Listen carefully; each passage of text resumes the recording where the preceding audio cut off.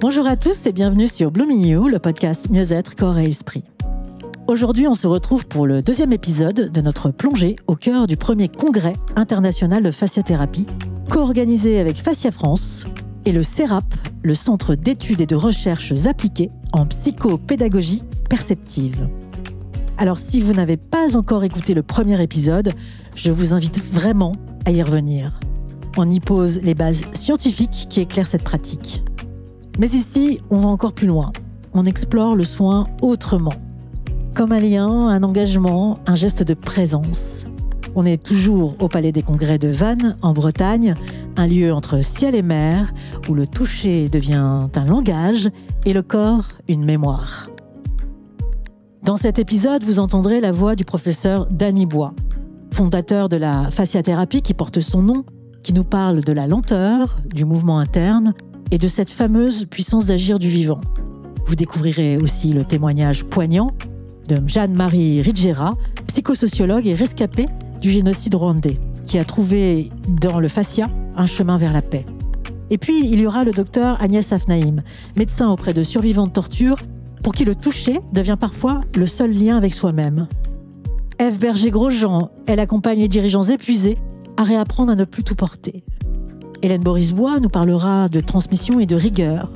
Et enfin, Anouk Serre, présidente de Fascia France, porte haut la voix de ce métier en quête de reconnaissance. Des histoires vraies, des gestes lents, des instants suspendus et une question qui nous traverse. Et si le soin, c'était d'abord se laisser toucher ? Et si ce podcast vous touche, alors abonnez-vous. Je suis Amal Dadol, curieuse de ce qui fait une vie bonne et heureuse.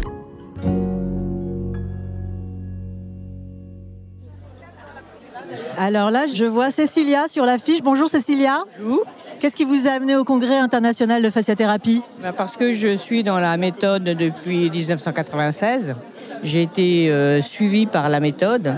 Et Vous-même à titre personnel ? oui. Ah bon, qu'est-ce que vous aviez ? J'avais beaucoup de problèmes de dos qui me paralysaient. J'étais en arrêt en permanence, des douleurs partout. Et j'ai rencontré une fasciathérapeute qui m'a tiré d'affaire. Du coup, elle m'a mis le pied à l'étrier et puis je suis tombée dans le chaudron, comme on peut dire, et j'étais une passionnée. Qu'est-ce que vous attendez de la journée d'aujourd'hui ? Les nouveautés, parce qu'il y a toujours de la nouveauté à apporter. Chacun a son expressivité, chacun a des compétences différentes. Et c'est ça, c'est la nouveauté, les belles rencontres, parce qu'on connaît beaucoup de monde. Et ce sont des réunions de cœur, j'oserais dire. Eh bien, merci. Oui, Danny Bois qui est là et qui a été quand même le pilier de tout ça. Et c'est un bonheur à chaque fois de le voir et qu'on parle de lui. Eh bien, merci Cécilia. Merci, bonne journée à vous. Merci.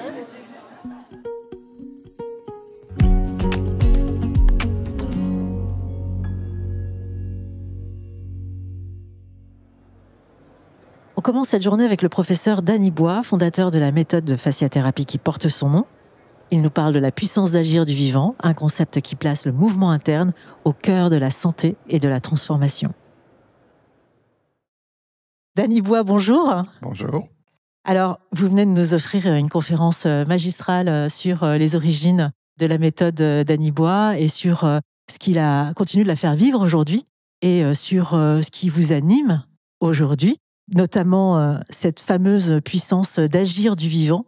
Qu'est-ce que vous entendez ? Qu'est-ce que vous mettez derrière cette fameuse puissance d'agir du vivant ? Parce qu'elle est au cœur de votre réflexion d'aujourd'hui et je crois même pouvoir dire de votre prochain livre. Oui, bien, la puissance d'agir du mouvement, c'est d'abord et avant tout, dans un premier temps, le désir de vivre. Et ce désir de vivre, il peut être psychologique. Évidemment, on a tous envie de vivre, hein, mais à l'intérieur du corps, il y a un principe de force, une expression du vivant qui porte le désir de vivre. Et tant que ce désir de vivre est présent dans le corps, eh bien, il y a un espoir d'être dans une dynamique de transformation et de récupération de sa santé. Vous faisiez la différence tout à l'heure à l'occasion de votre intervention entre le désir tel qu'on le conçoit dans la vie quotidienne et le désir de vivre dans la vie, dans la matière, dans la psychologie, dans la matière scientifique. Quelle est la différence entre les deux ? C'est ce que j'expliquais. Tout organisme vivant même n'ayant pas de système nerveux ni de cerveau, porte intrinsèquement en lui le désir de survivre. Eh bien, chez l'être humain, le corps est doté de moyens qui offrent la capacité de désirer survivre. Et souvent, lorsqu'on travaille en fasciathérapie, c'est à cette force-là que l'on s'adresse avec la main. Cette force qui vient du corps, qui vient de l'organisme, et à travers ce corps, eh bien, on arrive à relancer des processus de vie et de transformation. Alors, vous disiez que pour contacter cette force de vie, la lenteur Oui. est l'élément, je veux dire, stratégique. C'est-à-dire que lorsque j'étais jeune, vers 30 ans, j'ai fait une expérience qu'on appelle une expérience paroxystique. C'est-à-dire que j'ai eu, on peut dire, une expérience mystique, bien que j'ai une certaine distance vis-à-vis de ce terme-là, qui m'a permis de vivre un mouvement à l'intérieur de moi que je ne connaissais pas et qui m'a accompagné jusqu'à maintenant. Et ce mouvement, quand je le contacte à l'intérieur de mon corps, il est toujours très, très lent, très incarné et apporte beaucoup de bonheur lorsque je le ressens. Et donc, j'ai tout naturellement essayé d'inculquer au corps que je traitais une lenteur dans ma façon d'écouter ce geste. En ayant une écoute qui respecte cette lenteur, on relance le contact avec ce mouvement interne. Quelle est la posture du thérapeute ? C'est une posture d'écoute, d'observation, et en même temps, le thérapeute va faire appel au ressenti, à la perception. Et dans ce cas-là, le thérapeute doit poser les mains et doit entrer en relation avec ce mouvement à l'intérieur du corps et l'accompagner dans cette étendue dynamique qui va lentement, lentement. Et ce mouvement semble savoir quelle direction il faut prendre pour trouver une solution à un problème physique ou psychique. Alors, vous êtes un grand méditant. Oui. Qu'est-ce que la méditation a apporté à votre pratique ? Je médite depuis 40 ans, tous les jours évidemment, et je l'enseigne. Cela m'a permis en tout cas de développer ma perception et à travers cette perception, de découvrir des sensations qui m'étaient jusqu'alors totalement inconnues. Et parmi les sensations, il y avait la présence de ce mouvement interne. Et quand on est dans ce mouvement interne, toutes les capacités cognitives, intellectuelles ou même physiologiques semblent être optimisées au contact de ce mouvement interne. Et on se sent parfaitement heureux. Alors, vous décrivez ce fameux mouvement interne avec une citation de Bergson que vous avez partagée avec nous à l'occasion de cette conférence. « La vie est avant le vivant ». Oui, c'est Bergson qui a théorisé cela à un moment donné dans son concept de l'élan vital. Et on comprend bien qu'il y a une énergie dans le corps, une vitalité dans le corps. Mais ce qui est plus surprenant, c'est d'imaginer que la vie est antérieure au vivant, finalement. Et quand cette vie s'incarne dans la matière, eh bien, pour ce que moi, j'en ressens, je considère que c'est l'expression du mouvement interne. Alors, vous critiquez aussi la société d'aujourd'hui en dénonçant une crise de la sensibilité, que ce soit envers la nature ou envers même l'être humain. D'ailleurs, vous dites qu'il y a un refroidissement de la chaleur humaine. Ah oui. Je fais souvent cette analogie avec le réchauffement climatique qui alerte légitimement le monde, mais parallèlement, et peut-être de façon plus sournoise, il y a, de mon point de vue, un refroidissement de la chaleur humaine qui peut expliquer tout ce climat de crise, Et il faut donc réchauffer la relation et puis retrouver une relation plus humaine.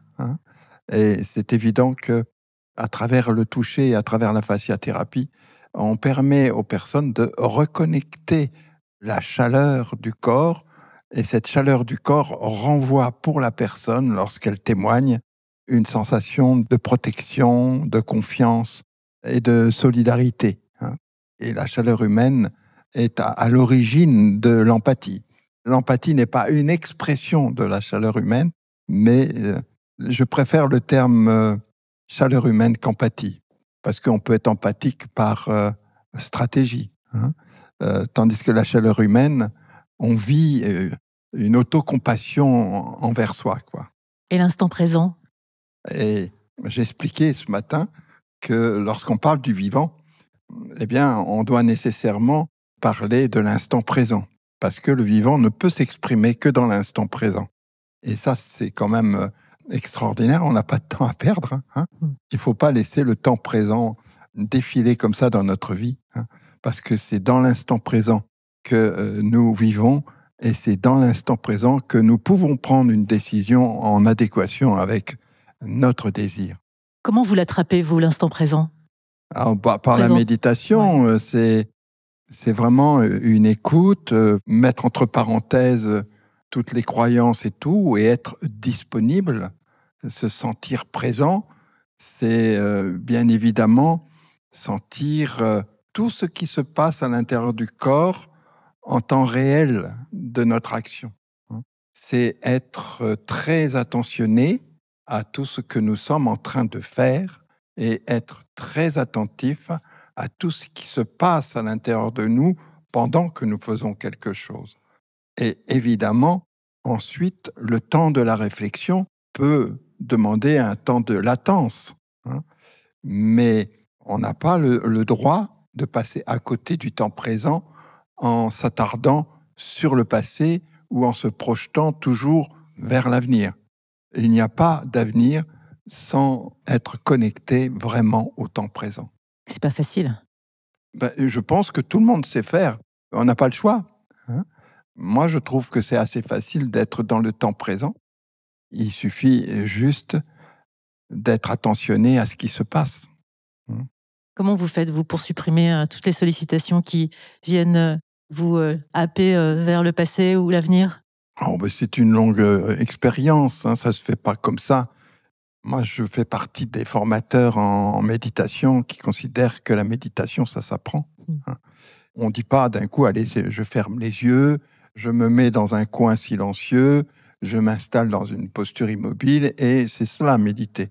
Non, c'est un travail de reconquête en permanence, du calme, de la tranquillité, etc. Non, c'est un travail. Pour moi, c'est un travail, hein.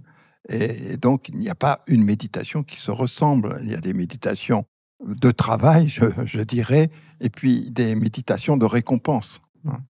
C'est quoi une méditation de récompense? Je l'avais jamais entendu. C'est le nirvana. On est dans un bonheur total, même indépendamment de ce qui se passe à l'intérieur du monde extérieur. Mais en réalité, la méditation, c'est l'art et la manière d'être heureux indépendamment de la situation extérieure.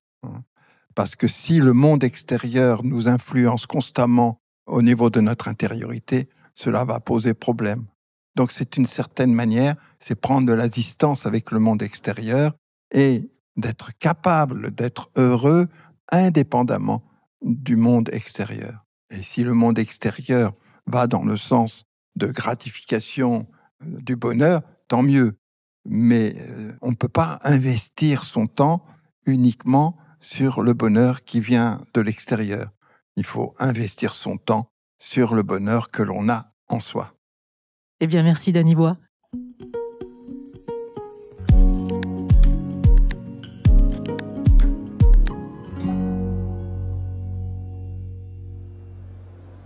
Après Danny Bois et la puissance d'agir du vivant, c'est un témoignage qui vient de loin, porté par les cicatrices de l'histoire, celui de Jeanne-Marie Ruggiera. Elle nous parle ici de résilience, de ce lieu de paix que le fascia a su réveiller en elle. Je suis avec le professeur Jeanne-Marie Ruggiera, psychosociologue, docteur en sciences de l'éducation et professeur et chercheur au département des psychosociologies et travail social à l'Université du Québec à Rimouski. C'est ça? Oui, tout à fait.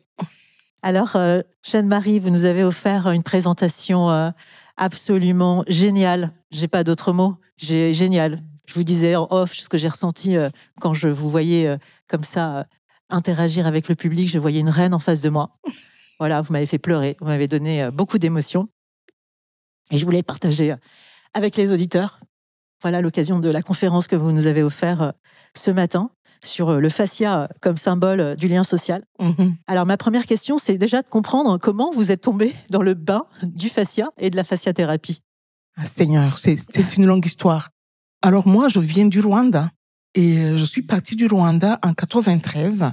À l'époque, j'ai 30 ans, je viens de perdre mon père, je suis mère de famille, j'ai un petit garçon de 3 ans, une fille de 7 ans que je laisse au pays et je vais étudier pour 8 mois avec l'intention de retourner au pays, de prendre ma famille puis de retourner avec. Je suis jamais retournée parce qu'il y a eu le génocide. Mes enfants sont au pays, ma mère est au pays, mes petits frères et mes petites sœurs sont au pays. C'est l'enfer sur Terre. Tout s'écroule, l'effondrement, le collapse dont on parle, l'effondrement, moi je l'ai vécu de l'intérieur. J'ai été chanceuse, j'ai été aidée. Au bout d'1 an, j'ai pu récupérer mes enfants. Dieu merci. Au bout de 2 ans, j'ai pu récupérer le père, qui est mon ex aujourd'hui. Mais dans toute cette période-là, ma famille, ma mère, mes frères, mes sœurs, ils sont devenus réfugiés, ils galèrent partout, ils ont fait 8 pays en 8 ans. Et je suis très, très, très mal. Je fais un doctorat, et pour avoir des papiers pour rester, je pouvais même pas être déprimée, je pouvais pas arrêter parce que la seule possibilité que j'avais de rester au Canada, c'était d'étudier. J'avais plus de pays, je pouvais pas rentrer. J'étais devenue réfugiée. Et à ce moment-là, je commence à faire des histoires de vie, à réfléchir à écrire sur mon histoire, quoi. Mais au fur et à mesure que j'écrivais sur ce qui m'empêchait de dormir, ma tête comprenait, mais mon corps ne suivait pas. Je suis tombée malade. C'est magnifique le corps, quoi. J'ai commencé par me sentir très, très mal. J'avais ce qu'on appelle le syndrome des survivants. Pourquoi moi? Mais mes enfants, toute ma famille a été dans la guerre avec leur corps, sauf moi. Pourquoi moi je suis épargnée? Et je me sentais coupable. Et du jour au lendemain, j'ai été menstruée et j'ai saigné pendant 24 mois. Non-stop. J'étais anémiée, finie. Et à 33 ans, on me propose de m'enlever mon utérus. Et moi, je ne veux pas. Et j'ai un ami qui me dit, écoute, tu es en train de somatiser, il te faut une thérapie corporelle, je t'amène en fascia. Et qu'est-ce que ça vous a fait? Premier traitement, j'arrête de saigner. J'ai rien compris. Et là, je faisais aussi des crises de migraine à ce moment-là. Et quand j'ai arrêté de saigner, j'y ai pas cru. J'ai traîné mes serviettes pendant je ne sais pas combien de temps, pendant 2 semaines, en pensant que ça allait revenir, puis c'est jamais revenu. Et là, j'ai continué à faire de la fasciathérapie pour me guérir de mes migraines. C'était devenu grave, là. Je pouvais tomber comme ça, puis je pouvais plus ouvrir les yeux. J'avais un bracelet, là, pour appeler l'hôpital si jamais je tombais. Et à ce moment-là, je suis mère monoparentale avec des jeunes enfants, tout seul dans un appartement, sans argent. On m'avait coupé ma bourse parce que j'étais devenue réfugiée. C'était l'horreur. Et donc, j'ai continué la fasciathérapie pour me guérir de mes migraines. Au bout de 6 mois, mes migraines étaient passées. Et c'est là que j'ai compris, en faisant plusieurs soins, que ça avait des effets sur ma pensée, sur mon être, sur ma manière d'être au monde. Et que j'étais pas seulement en train de me soigner des migraines ou des saignements, que j'étais en train de me transformer. Vous dites d'ailleurs que le fascia est un symbole du lien social. Absolument. Pourquoi? En fait, je pense même que dire le lien social, c'est pas juste, je devrais dire le lien écologique. On a vu hier avec le docteur Guimberto comment les fascias, c'est des fibres qui relient tous les morceaux à l'intérieur du corps. Et je pense qu'il y a quelque chose d'invisible qui nous relie tous. Et que quand on est connecté à ces fascias, on capte ce qui nous relie. Mais ce qui nous relie pas seulement aux êtres humains, mais qui nous relie à tous les êtres vivants. Et là, comme africaine, il faut que je reconnaisse que la philosophie africaine, qui est une philosophie animiste, connaissait cette chose-là. Les animistes savent ça, savent que nous sommes reliés à des insectes, à des plantes, à de la forêt. On respecte tous les vivants, quoi. Toutes les cultures animistes savaient cette chose-là. Et moi, j'ai retrouvé ça grâce au fascia. Vous disiez à l'occasion de cette belle conférence que votre métier, c'est de marronner. Ouais. C'est quoi marronner? Le marronnage, c'est la résistance des vaincus. C'est l'intelligence de la résistance des vaincus. Les nègres marrons, c'était des esclaves qui avaient été apportés aux États-Unis, en Haïti, je ne sais pas où, pour être des esclaves, et qui ont refusé de se soumettre à l'esclavage, et qui se sont sauvés et qui ont fait des civilisations dans des endroits qui étaient des endroits très dangereux où les maîtres d'esclaves avaient peur d'aller. Et ils venaient voler d'autres esclaves pour les amener. Par exemple, on mettait les esclaves ensemble, puis ils ne parlaient pas la même langue. Puis il fallait qu'ils apprennent soit le portugais, soit l'espagnol, soit je ne sais pas quoi, soit le français, l'anglais. Et ils ont créé le créole, ce qui était un mélange de toutes les langues. Et ils ont réussi à créer une langue pour pouvoir communiquer et à dire des mots que les maîtres ne pouvaient pas comprendre. Tu sais, il y a des gens qui racontent que les tresses africaines sont nées comme ça. Parce que les gens, ne pouvant pas parler, de peur d'être entendus, ils dessinaient sur la tête des femmes des chemins pour marronner, des chemins pour se sauver. Vous dites, votre métier, c'est de marronner au milieu des crises économiques, des crises démocratiques, des crises climatiques, de la crise de la santé. Est-ce que c'est pas, au fond, une crise de la relation? C'est une crise de l'humain, c'est une crise du lien à soi, du lien au vivant, du lien aux autres, du lien à la terre. C'est une crise, finalement, de ce qui nous rend humains. C'est une grande crise de l'humanité. C'est quand on a des gens qui ont beaucoup d'argent, qui pensent remplacer l'humain par l'intelligence artificielle. C'est là où nous sommes rendus, là. Il faut donc, c'est ça, il faut marronner pour que l'humanité survive. Qu'avez-vous découvert sur l'humain en explorant le fascia et la fasciathérapie? Je pense que j'ai découvert les ressources de la résilience. J'ai compris pourquoi les descendants des esclaves ont préservé la joie. Tu sais, les Africains, ils dansent. Même pendant les enterrements. Ils dansent même pendant les enterrements. Ils dansent quand ça va pas bien. Ils dansent dans le noir et sous la pluie, comme ils disent.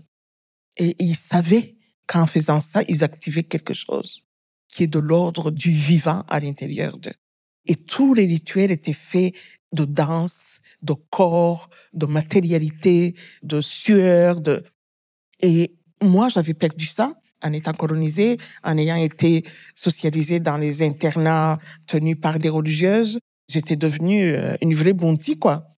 Et en fait, c'est la fascia qui m'a redonné à mon africanité. Comment, selon vous, le soin corporel, la fasciathérapie, peut-il réparer ces blessures, les blessures invisibles? Moi, je suis convaincue que c'est la voie pour les blessures invisibles, intergénérationnelles, collectives. Le problème que j'ai, c'est que ça coûte cher. C'est pas accessible pour les personnes qui n'ont pas les moyens. Je pense qu'actuellement, c'est ma grande question, comment faire pour rendre cette chose-là accessible dans les périphéries, comme dirait le pape, à des exclus, Par exemple, moi, je travaille actuellement avec des femmes au Rwanda, des femmes dans la quarantaine, à peu près ton âge, quoi, qui étaient des enfants pendant la guerre, il y a 30 ans, et qui sont devenus des enfants chefs de famille. C'est là une fille de 9 ans qui se ramasse avec un bébé d'1 an, alors que toute sa famille a été décimée, et qui devient la mère de cet enfant-là. Et qui découvre un petit cousin de 3 ans, qui lui aussi a survécu, et qui fait un foyer, comme ça, pour les 3 personnes. Et donc, j'ai à peu près 250 femmes, comme ça, qui, pendant 40 ans, ont été des chefs de famille. Ils ont élevé des enfants. Les enfants ont grandi. Ils se sont mariés. Mais elles étaient rendues trop vieilles pour se marier. Parce qu'il y a personne en Afrique qui veut marier une femme ménopausée. Elles n'ont pas eu le temps d'étudier. Elles n'ont pas eu de parents. Elles n'ont même pas eu le temps de vivre leur deuil. Puis là, elles sont 40 ans, puis elles sont toutes seules. Elles sont brisées. Quand je les regarde, je me dis, il n'y a pas d'autre solution pour eux que de les reconnecter à cette force de guérison et de croissance qui est à l'intérieur d'elles. Parce que sinon, ce qu'on fait, c'est de génération en génération transmettre les mêmes traumas. Avez-vous un souvenir d'accompagnement particulièrement marquant à partager avec nous? Mon premier traitement de fascia, je suis allée là, je ne voulais pas y aller. On m'avait dit, ça coûtait $60. Puis à l'époque, j'étais pauvre. Puis là, je me disais, ma mère est dans un camp de réfugiés, je vais prendre $60, plutôt que d'envoyer ça à ma mère dans un camp de réfugiés, je vais aller me faire des papous sur une table de massage. Puis je disais à mon ami Serge, attends, c'est des histoires de blancs qui savent pas quoi faire avec le fric, là, lâche-moi, quoi. Puis là, il m'avait dit, je vais te le payer. mais tu vas y aller. Et si tu y vas pas, je vais plus t'entendre. Tes histoires de sang, là, je vais plus en entendre parler. Et donc, j'ai accepté d'y aller pour pas perdre mes amis. J'y croyais pas. Et quand je suis arrivée, j'ai rien raconté à cette personne. Je me suis mis là. Elle a commencé à me traiter. Elle a mis ses mains comme ça, en dessous de mes omoplates. Puis, elle a fait des mouvements là, en fascia. Puis, tout à coup, je sens comme une rivière qui partirait du bas de mon dos et qui étirerait tout mon tronc, comme si mon tronc pouvait avoir comme 2 ou 3 mètres. C'était ma première fois que je sentais le mouvement interne. J'ouvre les yeux, je dis à ma thérapeute, qu'est-ce que c'est? Elle me dit, c'est la vie. Je dis, merci. Je n'étais pas vivante avant. Comment ça, je ne le sentais pas? Puis moi, je me mets dans ma tête, je cherche, c'est quoi? Est-ce que c'est de la lymphe? Est-ce que c'est du sang? C'est quoi? J'avais l'impression que c'était vraiment comme une rivière. Puis elle me dit, non, fermez les yeux, puis ça. Je continue de sentir. Ça ne dure pas longtemps. Hein. Puis ce que je sens, c'est quelque chose de très, très, très doux. C'est de la paix. C'est de la douceur. Mais mon pays est en guerre. Et moi, je pense que je ne vais pas bien parce que mon pays est en guerre.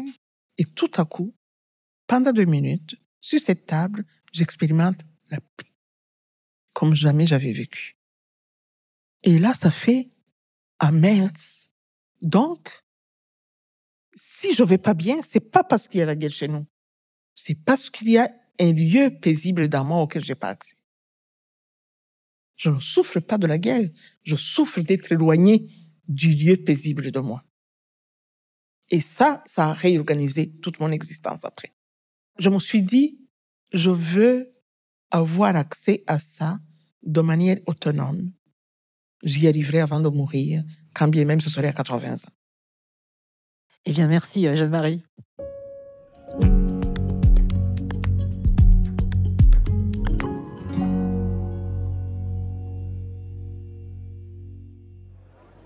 Après ce témoignage puissant, on revient aux soins du quotidien. Christophe Roman est ostéopathe et formateur. Il partage son expérience de la fasciathérapie en milieu hospitalier.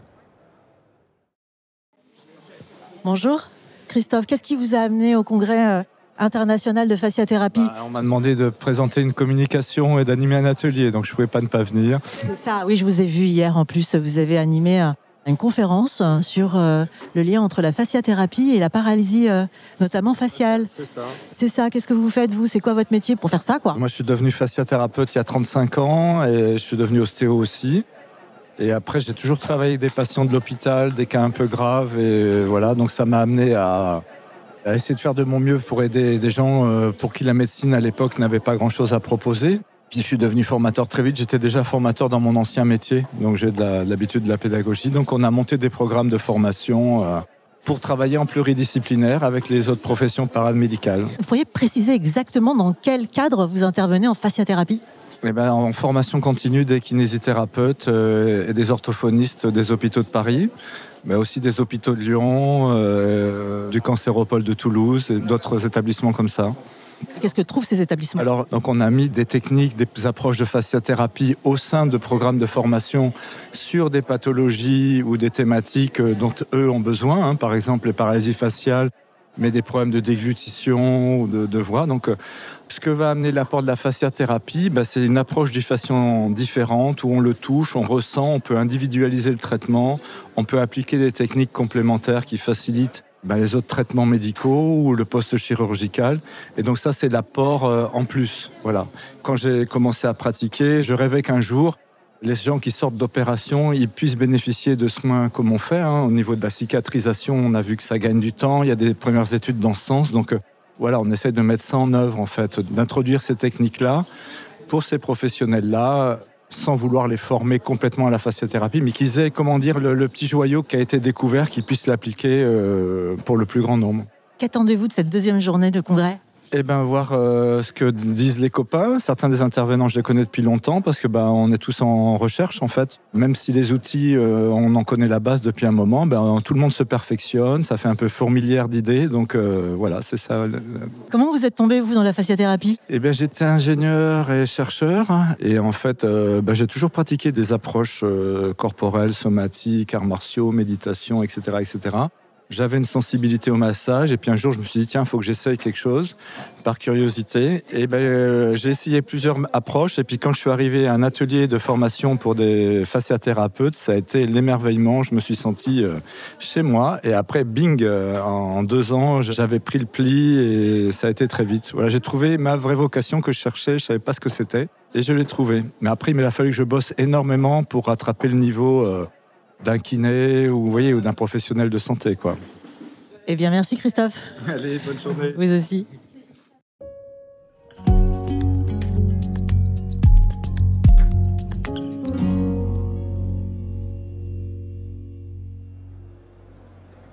Avec Christophe Romand, nous avons vu que la fasciathérapie peut déjà apporter un soutien intéressant pour les paralysies faciales et la rééducation post-chirurgicale. Nous poursuivons maintenant cette exploration avec le docteur Agnès Afnaïm, médecin auprès des victimes de torture. Elle évoque les limites des approches conventionnelles face à ces traumatismes profonds et montre comment le toucher du fascia devient alors un outil précieux de réparation et de confiance. J'ai été rejoint par le docteur Agnès Afnaïm qui vient de nous offrir une conférence passionnante sur le fascia dans les soins post-traumatiques. Qu'est-ce qui vous a convaincu d'introduire la fasciathérapie dans votre pratique médicale, notamment dans les traitements de stress post-traumatique liés à la torture? Alors voilà, j'étais médecin généraliste dans un centre de soins dévolu aux personnes victimes de torture. Et très rapidement, je me suis rendu compte que j'étais à court de solutions pour ces patients, à plus d'un titre. Je connaissais rien sur la torture. Je ne pouvais pas toucher les gens, les médicaments marchaient, mais pas suffisamment profondément pour soigner cette maladie inhumaine infligée par l'homme. Et je me questionnais sur comment trouver du soin, quand par hasard j'ai croisé un ami dans la rue qui me témoigne avoir fait une séance de fascia à un médecin la veille qui lui avait dit « j'ai jamais été touchée comme ça ». Et ça a été le déclencheur et je suis allée me former immédiatement à l'école de point d'appui. Alors, quelle réaction observez-vous chez ces patients très fragilisés après une séance? Alors, il n'y a pas une réaction modèle, mais évidemment que c'est une expérience impensable pour eux. Sachant qu'ils ont été torturés, qu'ils sont sortis de cette expérience de violence qui a pu s'étaler dans le temps, parce que ça a duré longtemps, puis il y a eu le parcours d'exil également violent, puis l'accueil en France qui est un désaccueil, qui les maintient comme ça au banc de la société humaine, sans droit, dans des situations extrêmement précaires qui entretiennent les effets des violences. Ça, c'est la situation dans laquelle le patient rentre dans mon cabinet. Donc évidemment que ce toucher bienveillant, respectueux, qui est un portage, en fait, avant que ce soit le mouvement interne qui les porte dans leur corps, c'est moi qui les porte, dans l'état de régression où ils sont. Et forcément que c'est extrêmement précieux pour eux à ce moment. Et pour certains patients, la première séance a un effet extraordinaire, vraiment. Alors, quand on touche un corps marqué par un trauma, que doit-on écouter en premier? On doit avant tout respecter la personne, c'est-à-dire être particulièrement attentif à sa possibilité de rencontrer un autre humain. Et en général, elle n'est pas présente. C'est-à-dire que la première chose qu'on perçoit, c'est la peur, le retrait, l'effroi dans les tissus. C'est en premier lieu à ça qu'on doit faire attention. Comment redonne-t-on confiance à quelqu'un qui ne se sent plus habiter son corps? Alors, moi, je lui redonne rien du tout. C'est lui qui peut retrouver le chemin de la confiance à l'appui des liens humains qui se développent dans cette association, tout de même, qui sont de grande qualité, et, pour ce qui me concerne, de la rencontre avec le mouvement interne. Comment vous permettez cette rencontre? Eh bien, moi, je leur propose des séances, pas immédiatement allongés sur une table, parce que c'est souvent dans cette position-là qu'ils ont été torturés. Donc, il faut éviter les similitudes pour pas redéclencher des reviviscences. Mais je commence par aborder tout doucement leur corps, en m'approchant d'eux, en commençant à poser une main sur un endroit qui me paraît possible. Ça dépend des personnes. Par exemple, j'ai souvent le sentiment que poser ma main sur un avant-bras, ça va, c'est pas trop confrontant, mais pas pour tous. Le monsieur qui, 30 ans plus tôt, a été enfant soldat et qu'on a arraché à sa famille, à son village, à sa vie, en l'attrapant par un avant-bras, il supporte absolument plus ce toucher-là, lui. Voilà. Donc, il faut trouver là où on peut poser les mains. Voilà. Et on commence un tout petit peu, très légèrement. Et on voit la réaction qui se produit. Voilà. Et on commente, on nomme tout ce qui émerge de ce toucher pour l'amener à se rendre compte qu'il est en train de se passer quelque chose. Parce qu'ils ne sont pas là, ils sont toujours dans les scènes de violences passées. Quel est selon vous l'acte le plus humain qu'un thérapeute puisse poser? Ça peut être le toucher, mais ça peut être le regard. Ça peut être la voix. Ça peut être la façon dont une voix enveloppe une personne, voilà, et refait un hamac de sécurité. Évidemment, moi, j'ai choisi le toucher, mais tout y contribue. Pourquoi vous avez choisi le toucher? J'ai le sentiment que le toucher humain, il a quelque chose de fondamentalement spécifique, c'est-à-dire que c'est un toucher qui a la vocation de toucher. Il y a des animaux qui vont utiliser leurs pattes pour faire quelque chose, mais je crois que les humains, c'est pour toucher, voilà. Et ça, c'est extrêmement précieux. Quel est, selon vous, l'enjeu de la reconnaissance institutionnelle de la fasciathérapie en France? Elle est immense, parce que si tant est que la fasciathérapie puisse être reconnue, on peut l'intégrer à la proposition de soins, et on parlait de santé intégrative. C'est évident. Moi, je suis médecin, je continue à faire des prescriptions avec des neuroleptiques à ces patients. Mais évidemment que l'apport de la fasciathérapie, c'est inestimable. Pour eux, pour moi, dans mon rapport à eux-mêmes, pour la façon de vivre ces accompagnements, pour la façon dont ça me transforme aussi dans le médecin que je suis. Donc, c'est fondamental pour les patients et aussi pour les soignants. Donc, ça changerait beaucoup de choses dans le système de soins, évidemment. En quoi ça vous a transformé, vous? Par exemple, je suis là. Moi, je suis la personne la plus timide du monde. Une des plus honteuses du monde. Voilà. Merci, docteur Afnaïm. De rien, avec plaisir.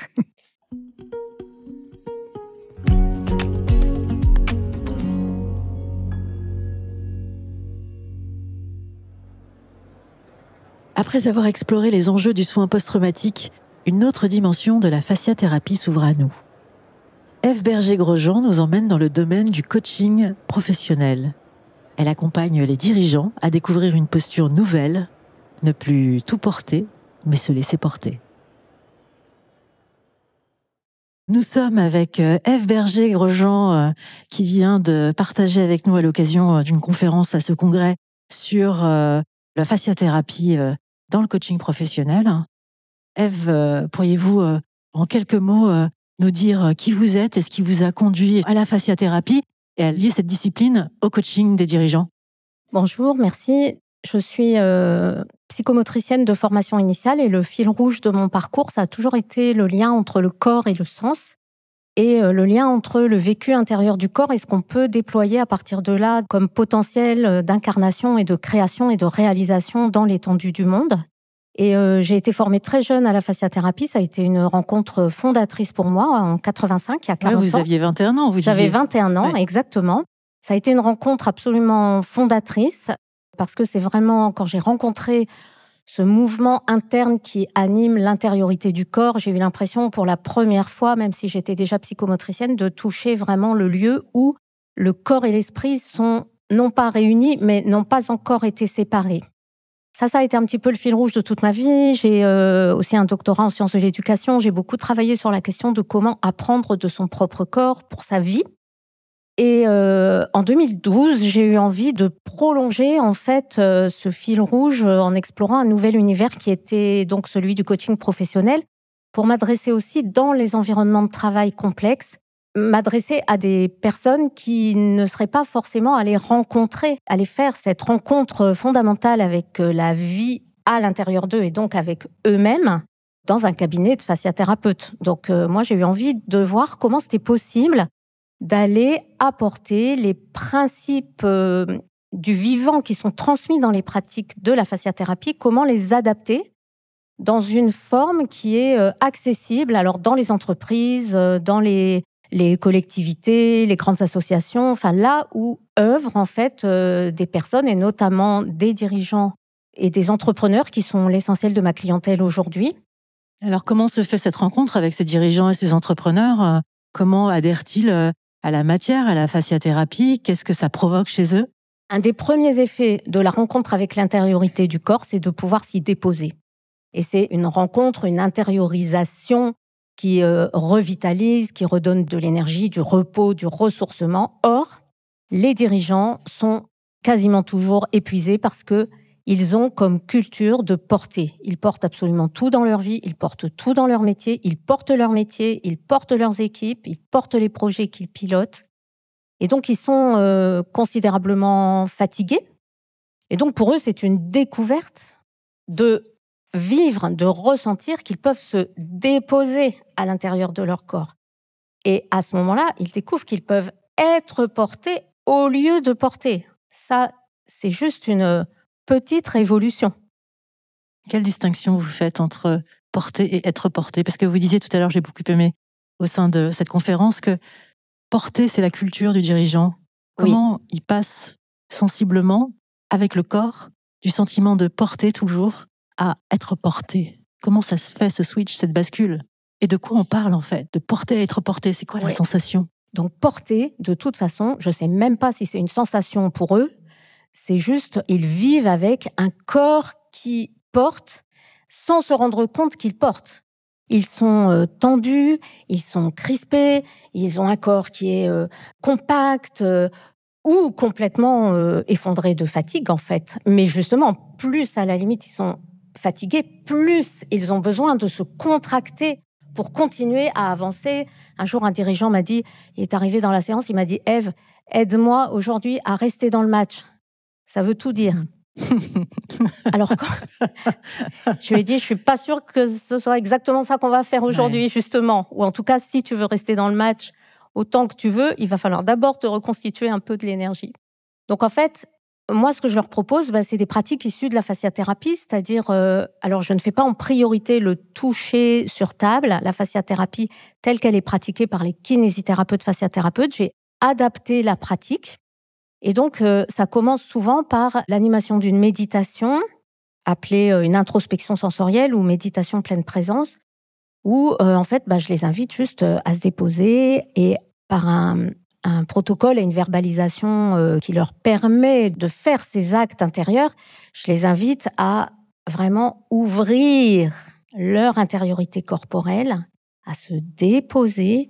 Donc ça, c'est un métier d'animer une telle méditation, qui ne repose pas sur la respiration comme souvent les méditations sont guidées, mais qui repose vraiment sur la rencontre avec le matériau dont nous sommes faits, avec la chair de notre corps qui est animé par le mouvement du vivant. Et donc là, ce que les dirigeants vivent, c'est justement de se déposer, mais pas de se déposer de manière statique. Ils ne sont pas en train de s'avachir sur le fauteuil. Ce qui se passe, c'est qu'ils rencontrent à l'intérieur d'eux que dans leur corps, dans la matière dont ils sont faits, dans leur tissu, en fait, il y a une élasticité qui, quand ils s'y confient, quand ils s'y abandonnent, cette élasticité tonique, dense, souple, vivante, les porte. Donc, ils peuvent déposer des choses aussi concrètes que les contractions musculaires, la respiration s'apaise, mais ils peuvent aussi déposer leur fatigue, ils peuvent déposer leurs problèmes, ils peuvent déposer leurs préoccupations. En fait, ils se déposent eux-mêmes à l'intérieur de leur corps et ils se rendent compte à ce moment-là que leur corps est fait pour les porter. J'accompagne ça par un petit peu d'informations anatomiques, physiologiques pour leur montrer qu'il y a une réalité qui est le système des fascias qui, de l'intérieur du corps, est fait pour ça, est fait pour nous porter, pour dialoguer avec la gravité, pour accueillir ce qui nous arrive, y répondre de l'intérieur d'une manière élastique, autoportée, réactive, mais pas de la réactivité qui est la réactivité tensionnelle, mais une réactivité spontanée du corps qui sait comment s'agencer, dialoguer avec l'environnement d'une manière constructive et qui ne soit pas une lutte. C'est quoi? C'est une intelligence qu'on va contacter à l'intérieur de soi? Clairement, c'est le titre de mon dernier livre, Retrouver l'intelligence du corps. Notre corps est fait pour recevoir le monde et y répondre c'est même pas en préservant, c'est en tenant compte, en intégrant la spécificité de notre singularité d'être humain à chacune et chacun en lien avec le monde. À l'intérieur de nous, le système des fascias, c'est un système vivant qui met en résonance un être humain et le monde dans lequel il vit. Et là, il y a une intelligence d'adaptation absolument incroyable qui, quand on sait écouter l'intérieur du corps, se manifeste par des orientations, des amplitudes qui, là, je vous les mime de manière visible, mais en réalité, ça se passe à l'intérieur du corps. C'est très subtil, il faut savoir écouter pour les capter. Mais quand on sait les capter, ces orientations vers l'avant pour s'engager, vers l'arrière pour prendre du recul, vers le haut pour prendre du surplomb, se redresser, vers le bas pour se poser, se déposer. Toutes ces orientations-là existent à l'intérieur de nous, sont plus ou moins libres, dans plus ou moins d'amplitude selon notre histoire, notre vécu biographique.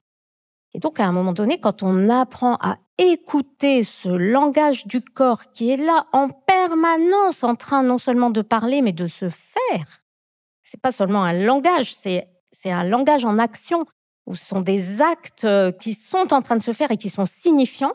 Quand on sait les écouter, alors on peut les prolonger dans des mouvements et on peut les prolonger dans des actes. Si mon corps me dit « là, tu t'engages » ou si mon corps, face à une situation un peu délicate, me dit « là, tu recules », je recule. Si je m'engage au moment où à l'intérieur de mon corps, cette intelligence me dit « prends du recul, mets-toi en retrait », alors je vais dépenser une énergie inutile pour un résultat qui ne va pas du tout être constructif, ni pour mon écologie personnelle, ni pour la personne à qui je m'adresse, ni pour la situation globale à laquelle j'ai à répondre. Vous disiez tout à l'heure que votre démarche est aussi politique. Oui, c'est vrai.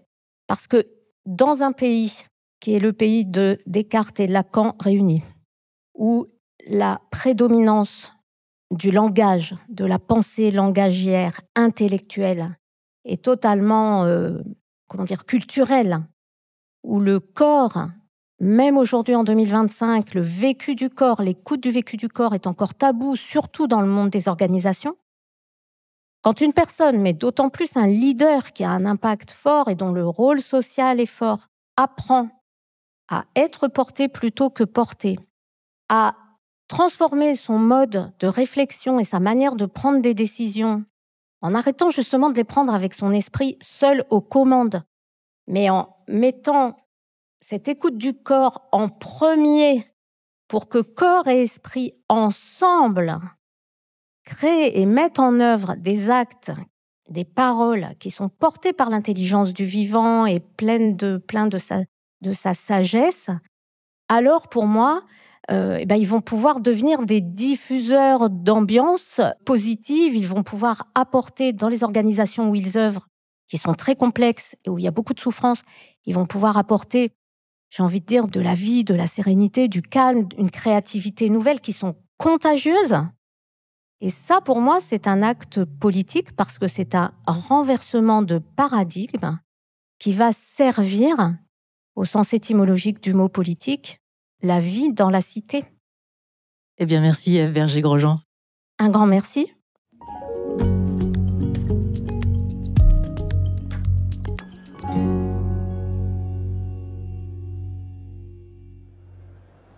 Ève Berger-Grosjean évoquait cette charge invisible que portent tant de dirigeants et la nécessité pour eux de revenir à une forme d'écoute intérieure. Justement, transmettre cette qualité d'écoute, en faire une méthode, une discipline, c'est ce que fait Hélène Boris-Bois, kinésithérapeute, chercheuse, formatrice. Elle parle du soin comme d'une pédagogie du vivant, une science lente qui ne renonce jamais à la rigueur, mais qui garde toujours la main ouverte. Je suis avec Hélène Boris-Bois. Comment êtes-vous tombée dans le bain de la fasciathérapie ? Alors, je suis tombée dans le bain de la fasciathérapie grâce à ma maman, qui vit en Bretagne et qui se faisait traiter pour des problèmes pulmonaires. Et à l'époque, j'étais en recherche d'améliorer mon toucher, d'améliorer mon travail de kinésithérapeute, parce que j'avais eu quelques échecs et donc je voulais faire ou de l'ostéopathie ou de l'éthiopathie. Et son kinésithérapeute avait une très bonne réputation. Donc elle m'a invitée à aller le questionner. Et il a juste ouvert sa porte, il m'a tendu un papier, il m'a dit « fais ça ». Et dessus, il y avait écrit MDB et il y avait une adresse. Je me suis inscrite, on était au mois d'août et au mois d'octobre, j'étais inscrite en fasciathérapie. Alors, où en est l'enseignement de la fasciathérapie en France et dans le monde? Alors, il y a 3 écoles principales qui sont des écoles qui se sont développées en formant leurs formateurs à la recherche avec un haut niveau d'enseignement et de compétences scientifiques. Et puis, il y a plein de petits pôles de formation qui se créent par des praticiens qui veulent ouvrir des structures et qui nous demandent en fait de les parrainer. Donc, nous sommes en train de créer une fédération pour que ces structures d'enseignement puissent s'ouvrir, mais qu'elles puissent s'appuyer sur un programme de référence. Donc, on est en train de créer un réseau également pour permettre que dans les formations soient enseignés les programmes scientifiques qui sont validés. Alors, comment on passe des sciences de l'éducation à la fasciathérapie? Ou c'est la fasciathérapie qui vous a amené aux sciences de l'éducation? Exactement. J'ai d'abord commencé par être infirmière puis kinésithérapeute. Puis je me suis formée à la fasciathérapie à travers l'expérience dont je vous ai parlé. Et puis à un moment donné, nous avons décidé de mieux comprendre pourquoi la fasciathérapie fonctionnait. Et donc pour mieux comprendre, il fallait apprendre à étudier sa pratique et apprendre à mener des recherches scientifiques. C'est pourquoi je me suis inscrite à l'université.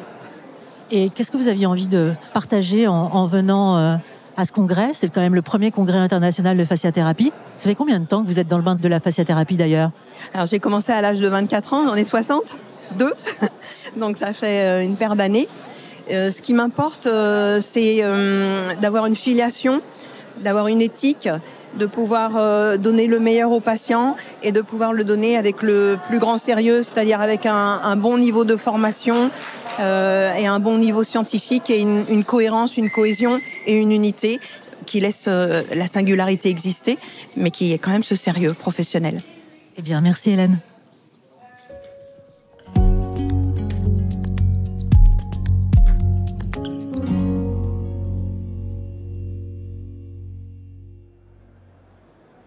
Hélène Boris-Bois nous parlait de transmission, de cette pédagogie du soin qui conjugue rigueur et sensibilité.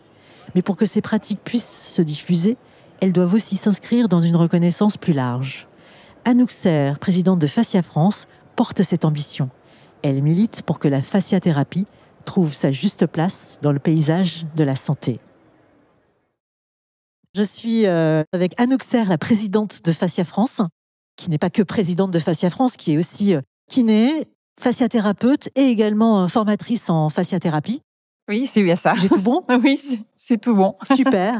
Alors, Anouk, où on en est de la reconnaissance officielle de la fasciathérapie en France et à l'étranger? Alors, c'est une question délicate parce que en France, la reconnaissance d'une méthode, ça n'existe pas, notamment quand elle est attribuée à un fondateur. On ne reconnaît pas une méthode, on va reconnaître des protocoles. On œuvre beaucoup dans le domaine scientifique pour que justement des protocoles puissent voir le jour, puissent être validés et puissent donner lieu au fait qu'on puisse devenir ce qu'ils appellent une pratique prometteuse.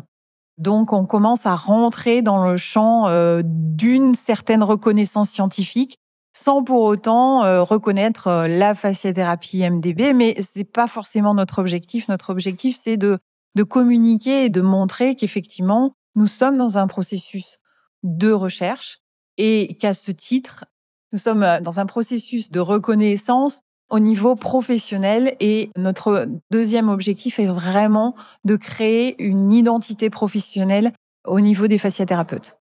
Alors, on en est où aujourd'hui de l'enseignement de la fasciathérapie dans le monde?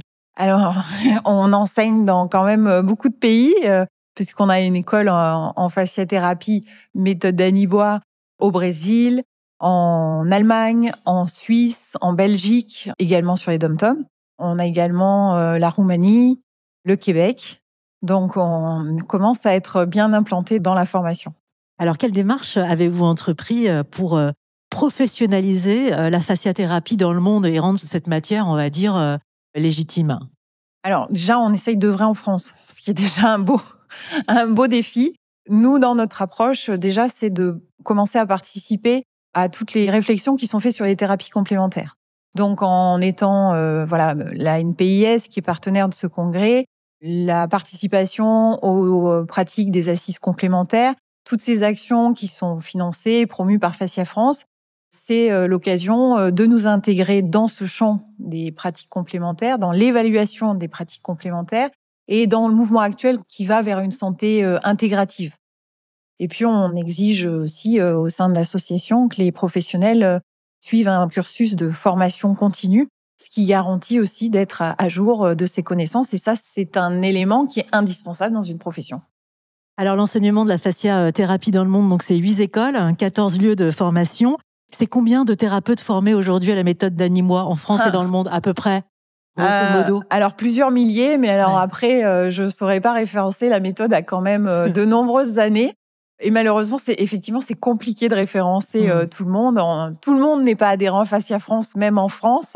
Donc, il y a du travail là-dessus. Oui, comment je fais, moi, pour trouver un bon fasciathérapeute qui a suivi la formation de fasciathérapie méthode d'Animois? Eh ben, on va sur le site de Fascia France ou on écrit un mail à Fascia France parce que c'est vraiment l'objectif de Fascia France pour ce qui est de la part présente auprès des praticiens. C'est créer ce processus de référencement où on est sûr que les gens peuvent trouver des gens qui sont formés avec une formation de qualité, de plus de 300 heures de formation et qui sont apparentés à la méthode d'Animois et pas une autre fasciathérapie. L'idée n'est pas de dénoncer les autres fasciathérapies et de savoir quelle est la meilleure, mais bel et bien de créer une identité et de montrer aux gens que s'ils cherchent un fasciathérapeute, ils peuvent s'adresser à Fascia France pour avoir un fasciathérapeute méthode d'Animois. Alors, vous militez pour que la fasciathérapie intègre pleinement les parcours de soins dans une logique de médecine intégrative. Oui. Qu'est-ce qui bloque aujourd'hui encore? Parce que j'ai vu plein de médecins, moi, à l'occasion de ce congrès, plein de médecins, des chirurgiens. On a beaucoup de médecins et de chirurgiens qui sont là ici aujourd'hui et qui partagent leur expérience autour de la fasciathérapie. Moi, j'ai eu un médecin qui nous a expliqué qu'il a rencontré la fasciathérapie grâce à un patient qui consultait un fasciathérapeute.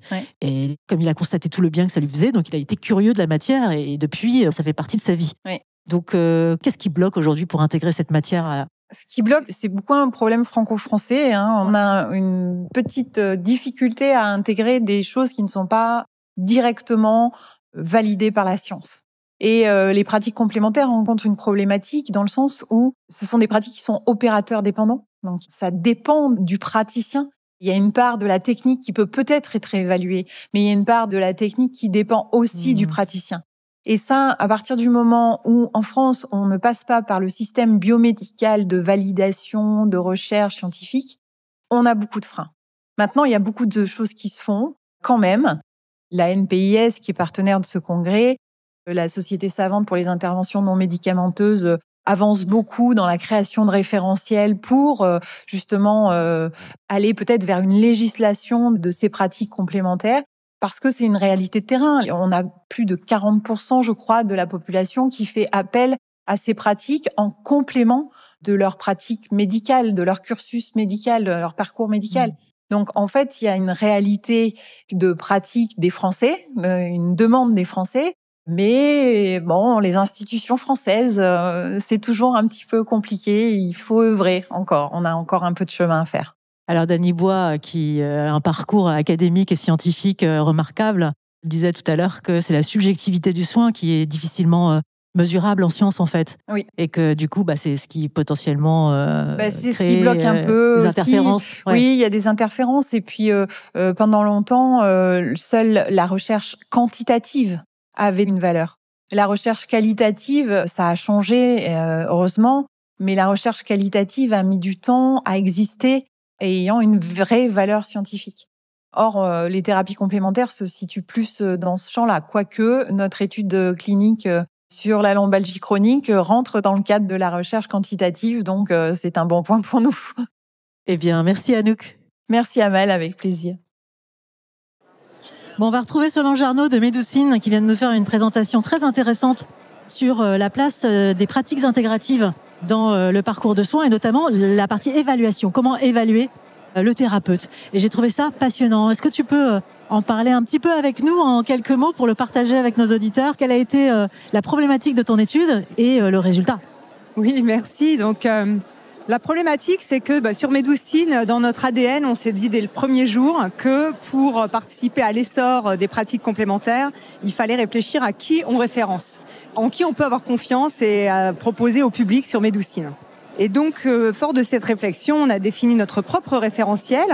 Voilà, les bonnes formations, les recommandations professionnelles, la partie administrative et tout ça. Et en fait, au bout d'un moment, voyant que les questions que je me posais, finalement, on était nombreux à se les poser, parce que pour faire de la santé intégrative, il faut pouvoir collaborer, donc se faire confiance. Eh bien, j'ai envie d'ouvrir finalement ce champ de réflexion.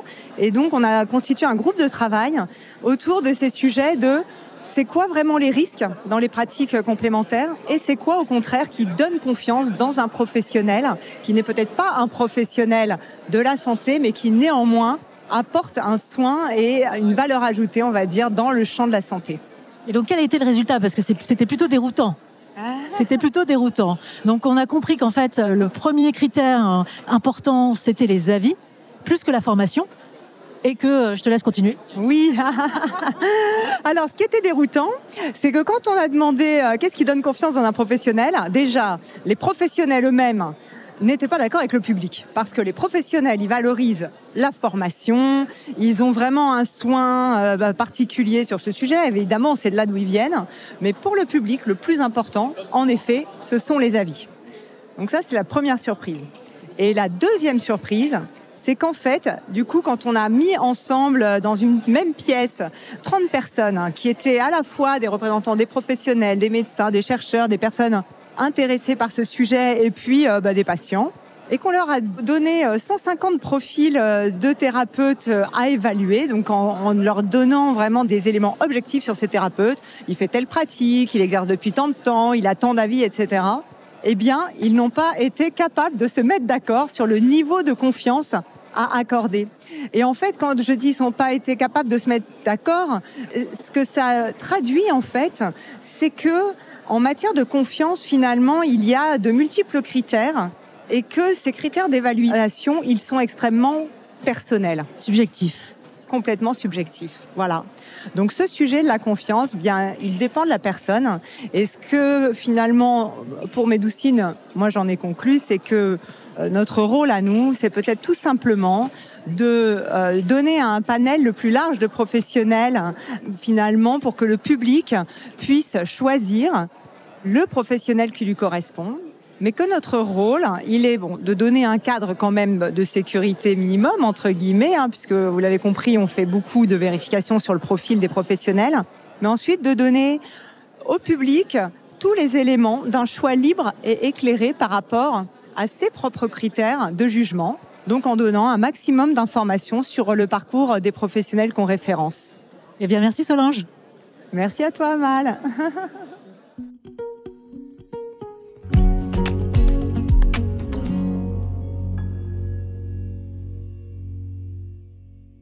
Alors, on arrive à la fin de ces 2 jours du congrès international de la fasciathérapie. J'ai été rejoint par Christian Courreau, que vous connaissez sur Blooming You. Vous l'avez déjà certainement écouté. Il nous avait fait une présentation passionnante sur les fascias et la fasciathérapie. Christian Courreau, bonsoir. Bonsoir. Alors, quand vous regardez ces 2 jours, qu'est-ce qui vous vient spontanément? La satisfaction d'avoir rempli un contrat pour nos praticiens, pour nos chercheurs et pour toutes les personnes extérieures qui voulaient rencontrer ou connaître un peu mieux la fasciathérapie. Je crois qu'on a réussi à donner des connaissances, à initier ou à s'emparer de débats très actuels sur la santé qui ont pu être discutés en toute simplicité, transparence et chaleur surtout. Et donc, je retiens aussi le public qui a été très enthousiaste dans ce congrès. Alors, effectivement, ce fut 2 jours très riches en toute forme d'intelligence. Je ressors complètement nourrie et avec l'envie de porter ces voix à travers ces 2 épisodes. Je suis très fière de porter ces voix qui font vivre la fasciathérapie en France et dans le monde. Y a-t-il un moment, une phrase ou un visage qui vous a particulièrement marqué durant ces 2 jours, Christian ? Je pense que, je vais dire, c'est les visages des participants. J'ai été à chaque fin d'intervention, à chaque rencontre en dehors de l'amphithéâtre, il n'y avait que des sourires. Et effectivement, ça veut dire que les gens ont été nourris intellectuellement, mais aussi nourris expérientiellement parce qu'ils sont plongés au cœur d'une expérience. C'était plus qu'un congrès. Je crois que c'était une expérience vivante qui leur a permis de toucher du doigt ce qu'ils touchent au quotidien. Comment voyez-vous l'évolution de la fasciathérapie dans les années à venir, après ces 2 jours? D'abord, je suis très confiant. Quand on voit ce qui se passe ici, on peut se dire que c'est prometteur. Prometteur parce qu'on a eu un public qui était derrière nous, plus de 500, entre 500 et 600 personnes présentes en présentiel et distanciel, ce qui représente une force collective.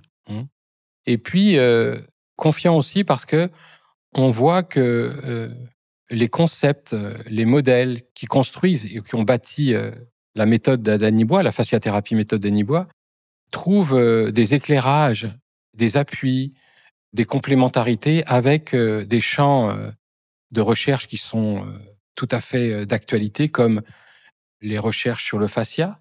On a vu, même s'il y a des débats encore parfois contradictoires sur cette vie qui anime le fascia, et nous, on touche ce fascia vivant.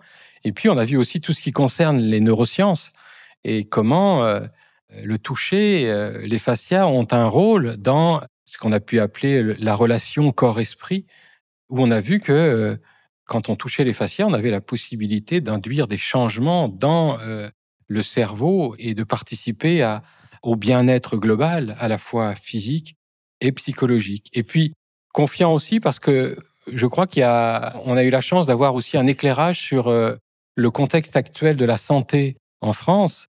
Et on voit bien qu'il y a des initiatives dans lesquelles on s'inscrit pleinement, qui sont l'évaluation des pratiques complémentaires, le soutien des sociétés savantes qui ont été ici, qui, à travers la NPIS et la Fascia Research Society, nous ont soutenus. Et puis, tous ces gens comme Médoucine et Solange Arnaud qui s'emparent des questions d'éthique quand on parle des pratiques complémentaires.